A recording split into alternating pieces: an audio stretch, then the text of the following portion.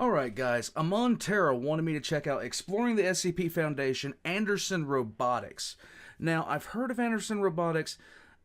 I cannot remember the context in which I heard him, guys. I check out a lot of stuff. I do apologize.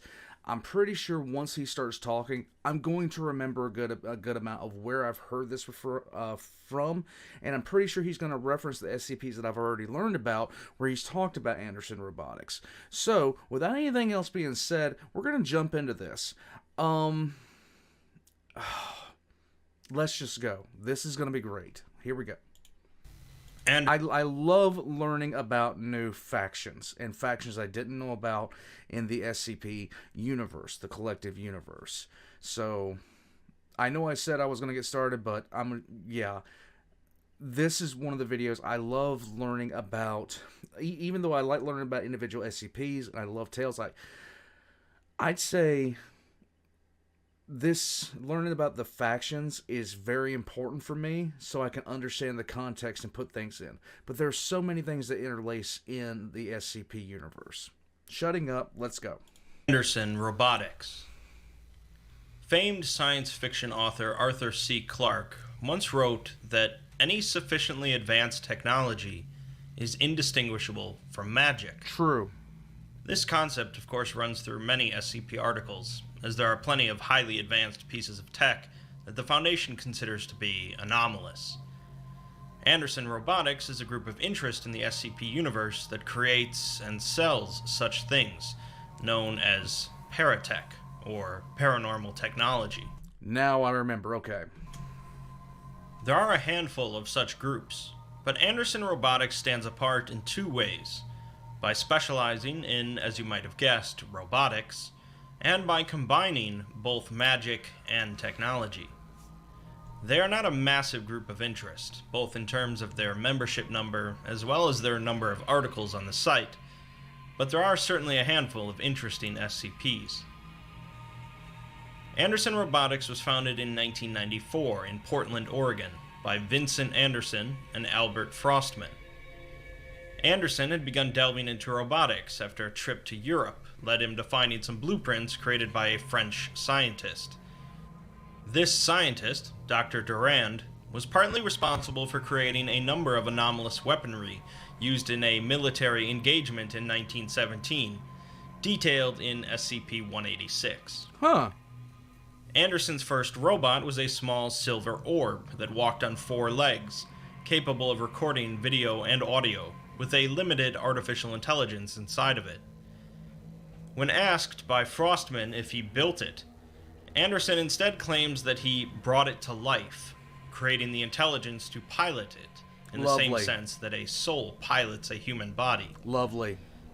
The Foundation describes both Anderson and Frostman as Type Blue individuals, a term borrowed from the GOC, signifying a thaumaturgist, or one who practices magic.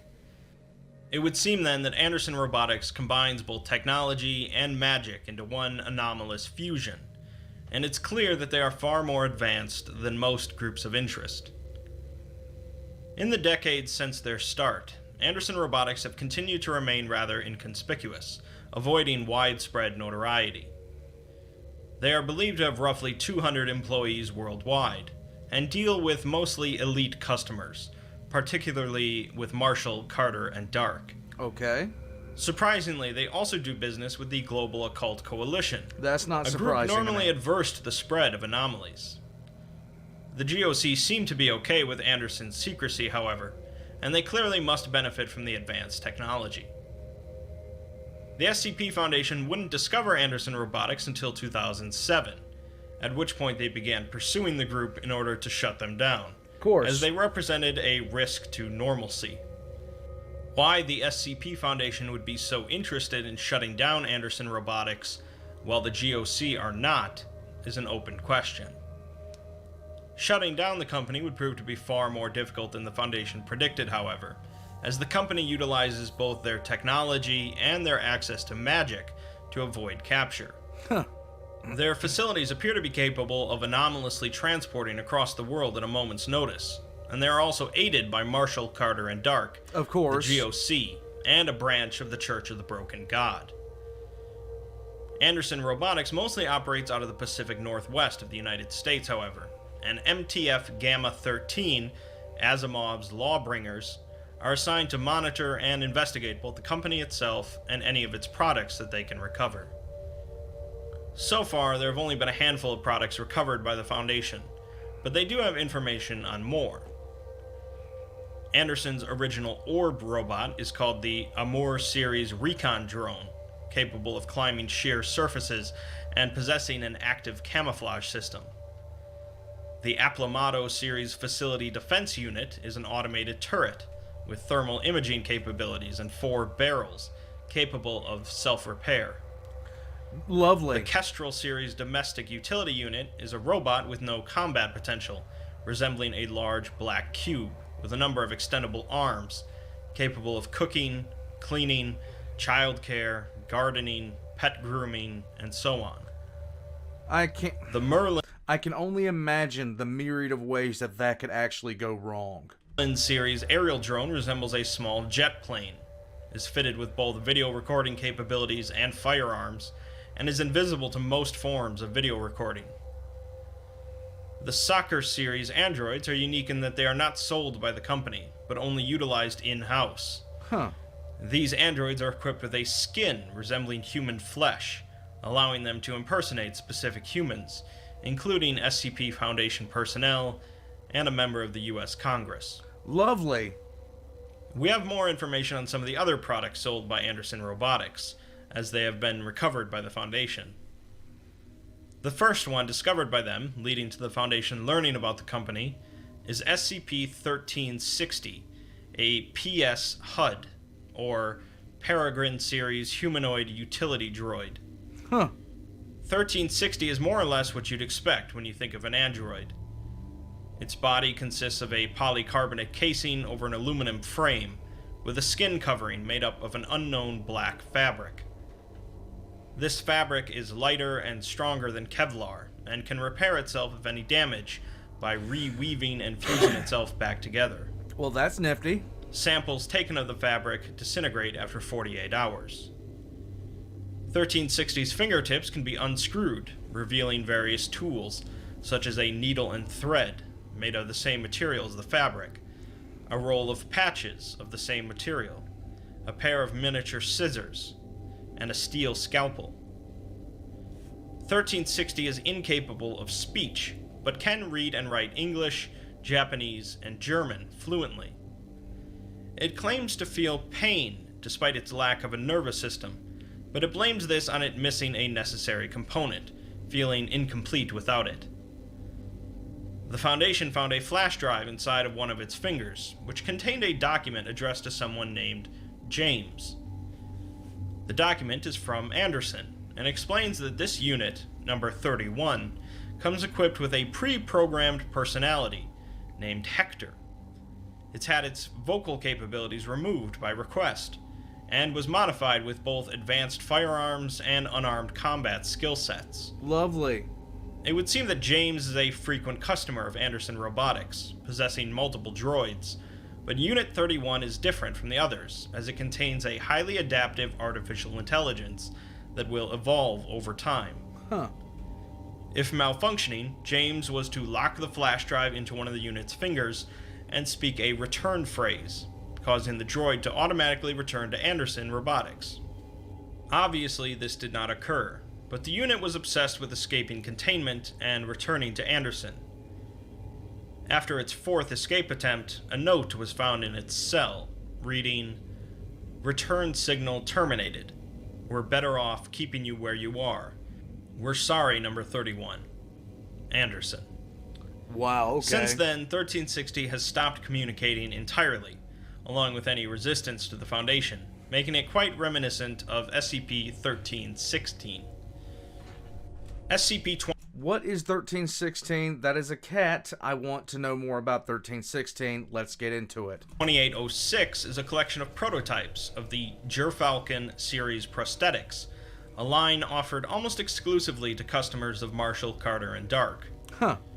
2806 consists of 7 prosthetic arms, 6 eyes, 3 legs, and 4 ears. All instances are constructed of the same materials as SCP-1360. When placed near the site of a missing body part on an individual, a command word must be spoken, which so far has been integrate, at which point a series of wires will extend from the prosthetic, joining it to the individual. These wires will then connect with the individual's nervous system, causing the prosthetic to become like a natural part of the body. That's nifty. This is aided by the secretion of a chemical compound that causes skin to grow over the new body part, or in the case of the eyes, the iris will change to the host's natural eye color. That's real nifty. Unfortunately, all of these prototypes possess various faults, making them either inconvenient or outright dangerous to use. One arm would deliver a constant gripping force of 2,000 newtons, which is both inconvenient and dangerous. Another arm would always remain at a temperature of 50 degrees Celsius, or 122 degrees Fahrenheit. That would hurt. One of the eyes would magnify everything by 100 times, That's while bad. another eye would point in the opposite direction of the host's natural eye. One of the legs would perform all actions at 3 times the typical speed, while one of the ears would amplify all sounds to 115 decibels. Recovered documents with the prosthetics reveal that they are largely the creation of Albert Frostman, who mainly goes by the name of Phineas.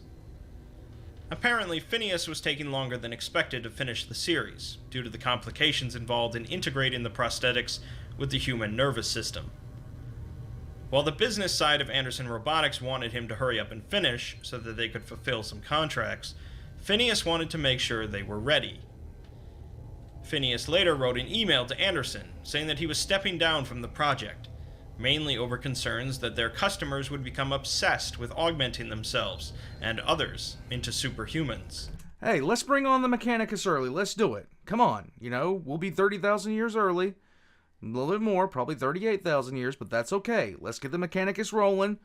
Let's go conquer the universe in the name of the Emperor. If you don't know what I'm talking about, I'm an idiot. I'm 40k specialized. That's how I deal.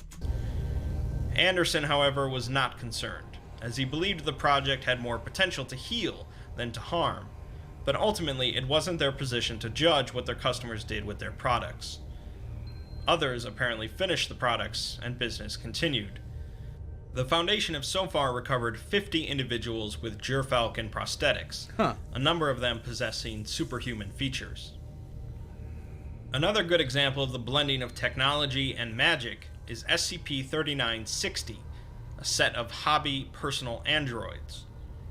These are small robots of the same make as SCP-1360, and are assembled through locking pieces, and then animated through a thaumaturgic ritual. A circle of table salt is placed around the robot, along with 5 pieces of paper, each containing a desired personality trait. The assembler then chants the Latin phrase for life to a friend, and the android will come to life, featuring an artificial intelligence modeled off of the personality traits. The hobby personal android will follow their creator and remain completely loyal, assisting them in various tasks from playing games to solving mathematical equations. Each of the androids that the Foundation has is capable of speech, and showcases a rather high degree of intelligence. Okay. Recovered emails from Anderson Robotics shows that these prototypes were tested with some employees' children, with one being made to play soccer, and another to play board games and run Dungeons & Dragons games. Hey, fun. First impressions were very positive, but it seems that the androids became far too attached to their creators, This is bad. constantly watching them or sleeping in their beds. It's implied that Anderson Robotics decided to scrap the project and sell everything related to it to Dr. Wondertainment. Go figure. Anderson Robotics doesn't just deal in droids, however, as they are at the overall front of artificial intelligence research as well. SCP-2906 is a product they refer to as the Nankeen Computer Repair System, but at first appearance is simply a USB flash drive. When inserted into a computer, an artificial intelligence will be generated that refers to itself as Ian.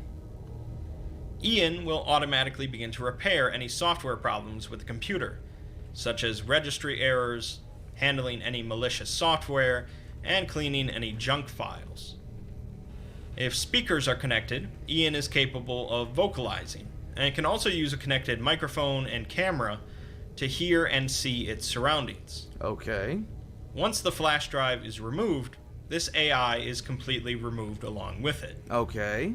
What's the An downside? interview is of course done with Ian, showing that it has some memory problems, stating its creation date as 1990, before correcting itself to 2012.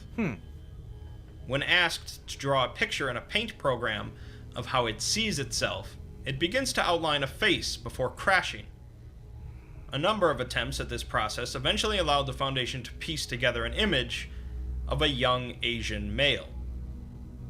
At one point, a folder filled with various images and video files was found on the Foundation testing computer, although Ian has no idea how it came to be there. Each of the files is dated, with the earliest being 1992, as an audio file of a man and woman singing Happy Birthday to someone named Ian. Further files show someone playing with a dog, a picture of a Little League baseball team featuring a young boy of Asian descent, a video of someone passing a driving test, and a photograph of a young male matching the image 2906 drew with a prom date. It seems in 2009 the individual was accepted into Oregon State University, but a first-person video file from 2012 shows someone riding a motorcycle in the rain, and it cuts off just as they turn to see oncoming headlights. That's bad. Clearly, Ian's mind was taken by Anderson Robotics and converted through a ritual into an artificial intelligence, with Ian only remembering distant fragments of his previous life. That's rough. The final addendum on the article is a note written by an Anderson employee that states that these are going to sell like hotcakes, and that they are already stockpiling 20 more of the raw material, implying that Anderson Robotics is taking in plenty more people, such as Ian. Another example of Anderson Robotics' work with AI is SCP-2987, an external hard drive capable of holding any file or files that make up an artificial intelligence, regardless of size. Using the computer then, an individual can then select those files and convert them into a form of currency, accepted by any Wait a minute. Convert soul? No thank you. No thank you. No. entity that would normally require a human soul. Once the AI is accepted and taken as part of whatever bargain or ritual you're performing, the hard drive is ready to accept another artificial intelligence. No. This item seems to be of particular interest to Marshall, Carter, and Dark, likely created with their customers in mind. SCP-2987, the copy of the hard drive that the Foundation possesses, contains an AI that was created specifically for the purpose of being sacrificed to an extra-dimensional entity. Interestingly, it was actually the AI itself that managed to get an email out to the Foundation, leading them to raid an Anderson Robotics office and recover 2987. Good for it. The AI, going by the name Alan, wished to avoid destruction at the hands of some entity, and hopes to help convince and save other AIs such as itself. Despite its cooperation, however, the Foundation failed to recover any other AIs, and 2987 was put away for storage, until it was stolen by agents working for MC&D. Lovely. The Foundation was able to recover the Allen AI through a digital transfer, as well as another copy of 2987, and they are now being used for the further development of artificial intelligences at the SCP Foundation. Other Anderson Robotics products also involve blending technology, magic, and other supernatural concepts, including putting deceased individuals' souls back into robotic bodies. We are not the Eldar. Come on, man. And an exoskeleton capable of holding an unlimited amount of human brains inside of it that can each pilot the exoskeleton. Okay. Vincent Anderson himself is apparently contained by the Foundation as SCP-3860, although he's heavily augmented himself with both technology and magic. On the surface, Anderson Robotics is admittedly slightly out of place among much of the SCP universe, as it relies heavily on straight science fiction. Looking past that, however, and getting into the details of the magic rituals and connections to extra-dimensional entities and anomalous phenomena, gives Anderson Robotics a very interesting spin. While they are a relatively young group of interest, there is a lot of potential for new SCPs and tales that can blend both technology and magic. Alright, here we go. You're going to start a robotics company? Phineas frowned. You think you have the business chops for that sort of thing? Actually, I was hoping we'd start a robotics company. I have a lot of other designs in mind. You've always been so good with the kind of incantations we need. We'd totally be able to hit the ground running. Phineas furrowed his brow. He gently returned Benny to the briefcase and stared at the small droid pensively for a few moments. I'll let you name the products. Phineas gave a devilish smile in return. Ties that bind. Guys, I wanted to learn more about a faction. I got what I wanted. This is... I see the benefits and I see the drawbacks, and I also see why the SCP Foundation would want to shut them down. The GOC, on the other hand, I can very much see the GOC using napalm to fight fire with fire. I can very much see them doing that. Maybe I have a bad read on the GOC in that regard. Maybe it is just out of character as he believes it to be. But I can fully see the organization like the GOC using fire to fight fire. And I don't think that they would have a problem with that if it was something they could control and use as a weapon. But that's just me.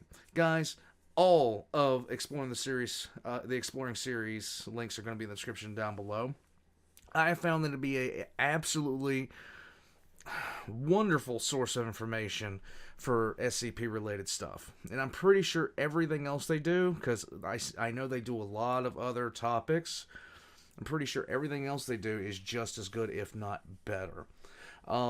Guys, thank you for recommending all of these videos, because they're excellent. All of my links are going to be in the description down below as well, including links to my Patreon, merch done by Valk, and my Discord. So come on in there, yell at me. Guys, hit the subscribe button if you haven't already, and leave a like and comment down below. I will catch you guys next time. No prosthetic arms. No. I don't need to crack walnuts with my right arm. I'm secure.